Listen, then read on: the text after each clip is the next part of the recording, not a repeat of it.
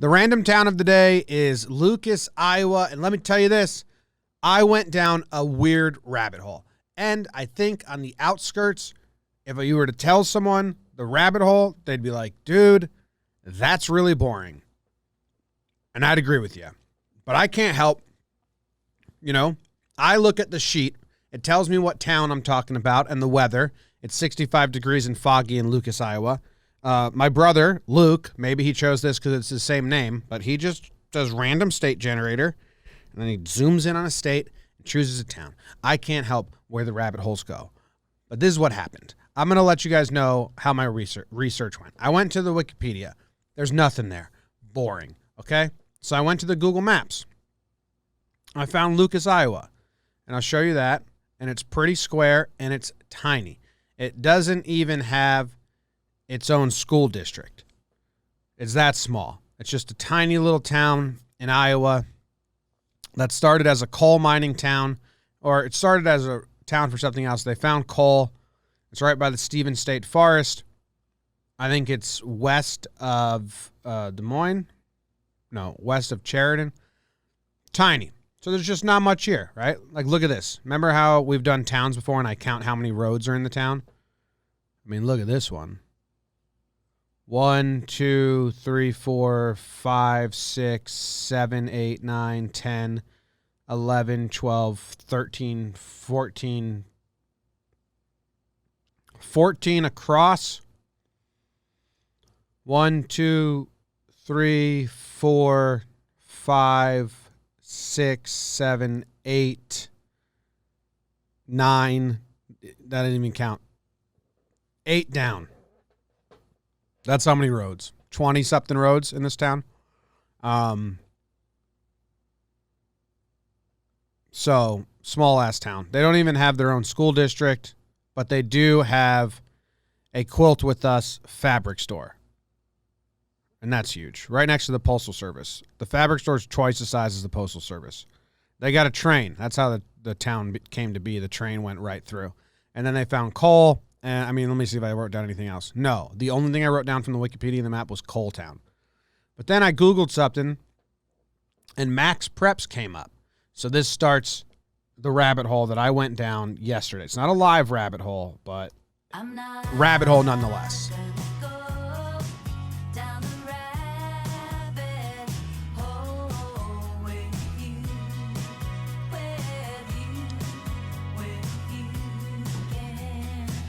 So I saw they had a Max Preps, and I was like, well, what's the high school? They don't have a high school in town. I actually started zooming around the Google Maps to find, like, any building that could be a school or baseball field or football field. There's nothing. Lucas is a tiny town.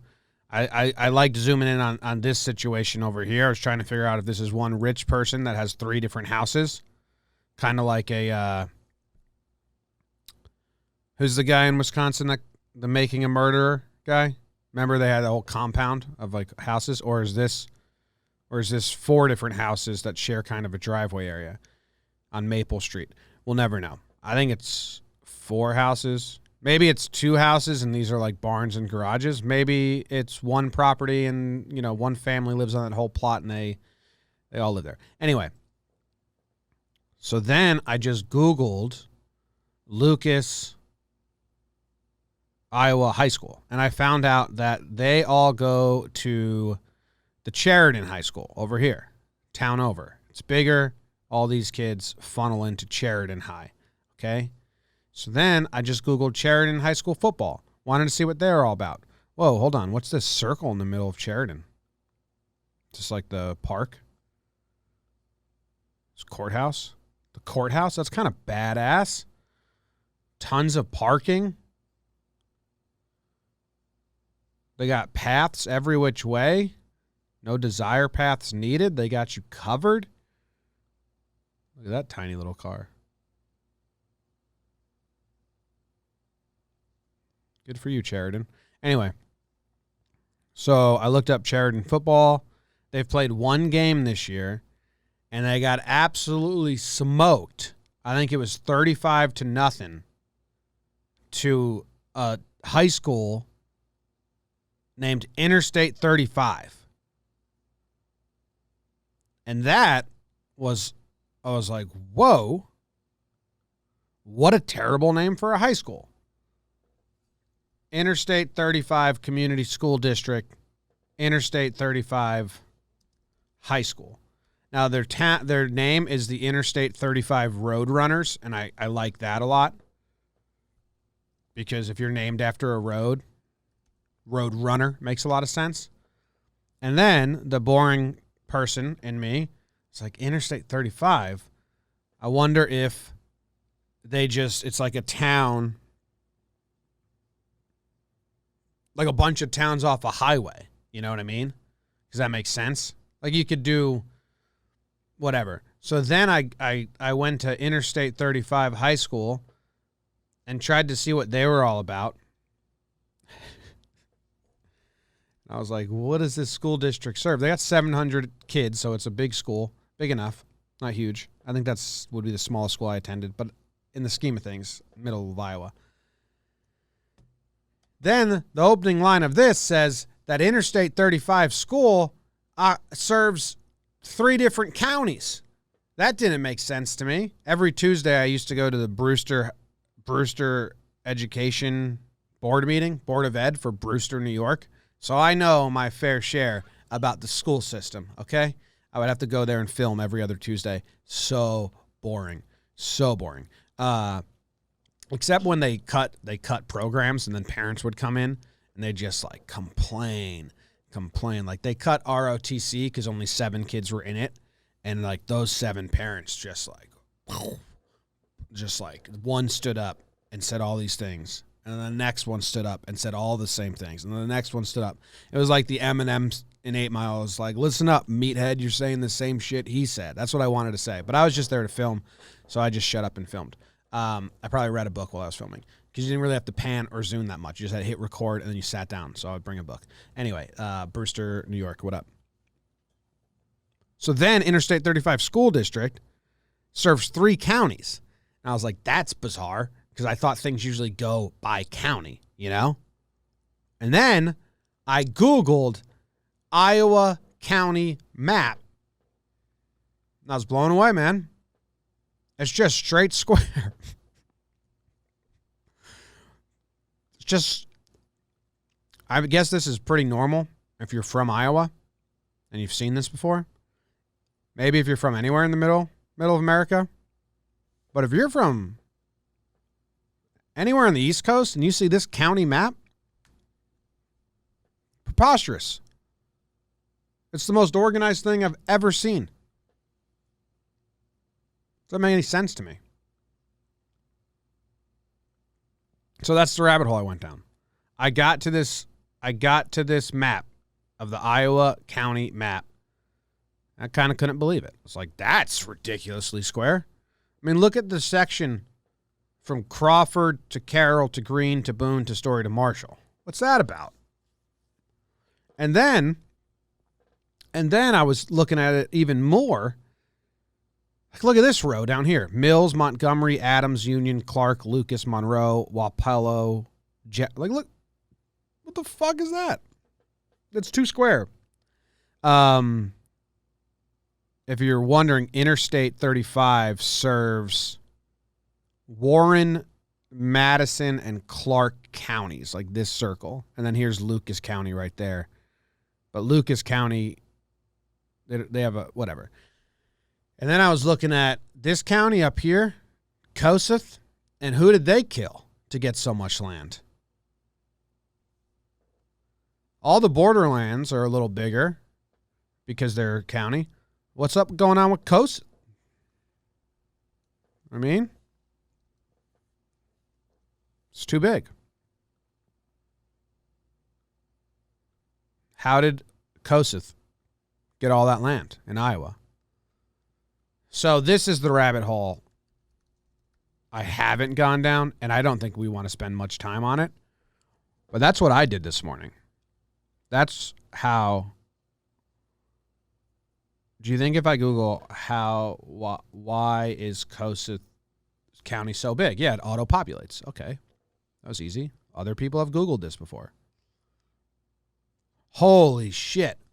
The top article says the odd case of Iowa's largest county. So this is a thing. We got articles written about it. Let's try and speed read this. I had a fascinating Twitter conversation with Steve from Connecticut Museum Quest recently. He has a much more interesting Twitter feed than my mundane one. Seriously, I don't have much to say on Twitter. Get to the point. Get to the point. Anyway, Steve wanted to know about the oddly sized Kossuth County on the northern edge of Iowa. It appears as if it got a double scoop of territory when the authorities doled out portions. That's exactly what happened, although the story was a little more complicated. Okay, strap in, everyone. Holy smokes, we're doing it. Few people lived in Iowa in the earliest part of the 19th century, although settlers began to arrive in greater numbers as the decades passed. Iowa gained sufficient critical mass to become a state in 1846. It didn't have a lot of counties yet, and that was starting to create a problem. The county structure looked like this when Iowa joined the Union. Okay. All right. So they're starting to square shit. We have Madison, Warren, and Clark, Interstate 35 high school counties there on the bottom. We got a lot of square stuff, but then there's a lot left in the northwestern Iowa. I've color-coded Kossuth and its surrounding counties to help explain the situation that was described in detail in the history of Kossuth County. Whoa, we are going super into the nitty-gritty, boring history of the county lines here. The Iowa legislature addressed the governance gap by establishing 48 new counties all at once. The configuration then matched essentially the same structure that exists today. It was completely identical. However, a few tweaks happened over the next few years, including Kossuth and its neighbors. Okay. Kossuth County Judge Asa C. Call. Asa Call. Damn, what a name. Judge Asa Call. Asa Call became for anyone that's just listening, it's Asacall. He became a driving force during this formative period. Practically no one lived in Kossuth when the Call brothers, Asa and Ambrose, arrived in 1854. Judge, okay.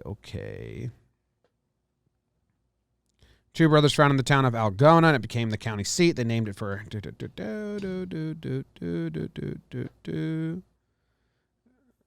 In the beginning, with the creation of those new counties in 1851, Kossuth was the same size as its neighbors to the west and east, Palo Alto and Hancock. However, Judge Cass was an ambitious man, a beloved figure and well-connected politically. He noticed Bancroft County immediately to its north and figured it would make a mighty fine addition to Kossuth. Seeing how practically nobody lived there, so it couldn't defend its own interests, he also pondered Humboldt County to his immediate south. It would be helpful for Algona to sit near the center of the county if it were to be an effective seat of government, so Kossuth had to pick up some southern territory too. Oh, man. Is that all? Okay, I think that was kind of boring. Webster was well organized politically and structurally due to the earlier establishment of Fort Dodge as a military outpost. Kossuth managed to grab all of Bancroft in the 1855 legislative session. However, it had split Humboldt with Webster. Bancroft and Humboldt counties, caught in the squeeze, disappeared. Okay, so no Bancroft, no Humboldt anymore. This was called the 1855 Freak Legislation. The 1855 Freak Legislation. Right now, the 12MC audience is saying, but wait, I see Humboldt County on the map. That's right. Judge Call learned about the schemers in Webster plotting to expand farther, and they hoped to grab a large chunk. He foiled the plot by colluding with former Humboldt officials. He managed to reestablish Humboldt so it could act as a buffer between Kossuth and Webster. So what? So these two counties. Hold on. Where's the map we were looking at? So what happened? So Webster down here. All right. Webster and Kossuth were fighting for Humboldt. I don't know what just happened. I don't think it was interesting in the end. Some guys wanted more land. I was hoping it was like the land dictated, or they were fighting for a gold mine, or they were fighting for a coal mine, or, you know, they were just fighting for more empty land to be closer to the county and stuff like that. It's not Kasuth. It's Kasuth County. Kasuth County. That sounds like it's from the South. I was saying Kossuth. It's Kasuth. Kasuth County. That like forces you to have an accent. Kasuth County.